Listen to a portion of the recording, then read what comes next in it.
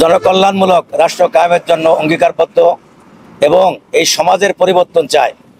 সেই পরিবর্তনটা আসবে কোরআন সুন্নাহ ভিত্তিক, যেটার দ্বারায় আপনার সমাজে কোনো জুলুম থাকবে না, অত্যাচার থাকবে না, নির্যাতন থাকবে না। অভয়নগরে খেলাফত মজলিস মনোনীত সংসদ সদস্য প্রার্থী আলহাজ মাওলানা আশেক এলাহীর মোটর সাইকেল শোভাযাত্রা অনুষ্ঠিত হয়েছে।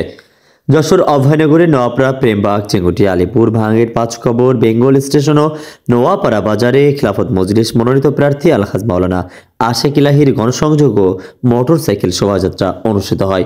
এই গণসংযোগ ও শোভাযাত্রায় উপস্থিত ছিলেন খুলনা মহানগরীর সভাপতি FM হারুনুর রশিদ, মহানগরীর সেক্রেটারি অ্যাডভোকেট মোহাম্মদ শহীদুল ইসলাম, মাওলানা শফিকুল ইসলাম, মোহাম্মদ মেহেদি হাসান, তরিকুল ইসলাম, সাইফুল ইসলাম সর্দার, মোহাম্মদ আজিম উদ্দিন, মাওলানা আবুল কাশেম, মোহাম্মদ ইউসুফ আকুঞ্জি লাল এবং রেজাউল আকুঞ্জি লাল প্রমুখ নেতৃবৃন্দ।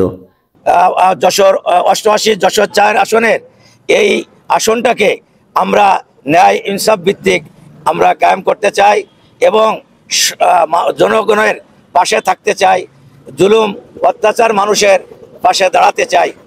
আমরা পিছনে আমরা কাজ করে আসছি, মানুষের সেবায়, জনগণের সেবায় কাজ করে আসছি।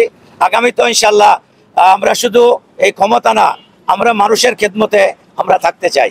সারা কেমন পাচ্ছেন আপনি? আলহামদুলিল্লাহ, মানুষের এমন সাড়া যে আমাদের এই আসনের মানুষগুলো অধিকাংশ মানুষ আপনার তারা এই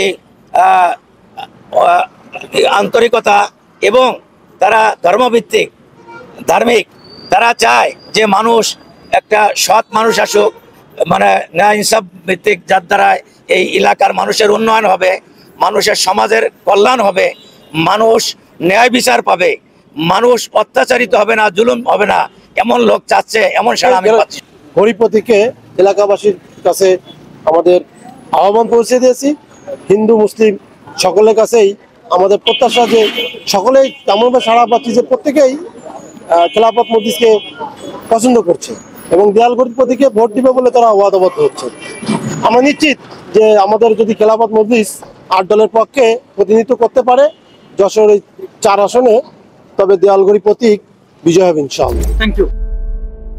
Sheikh Ali Akbar, Gangchil TV, desk report.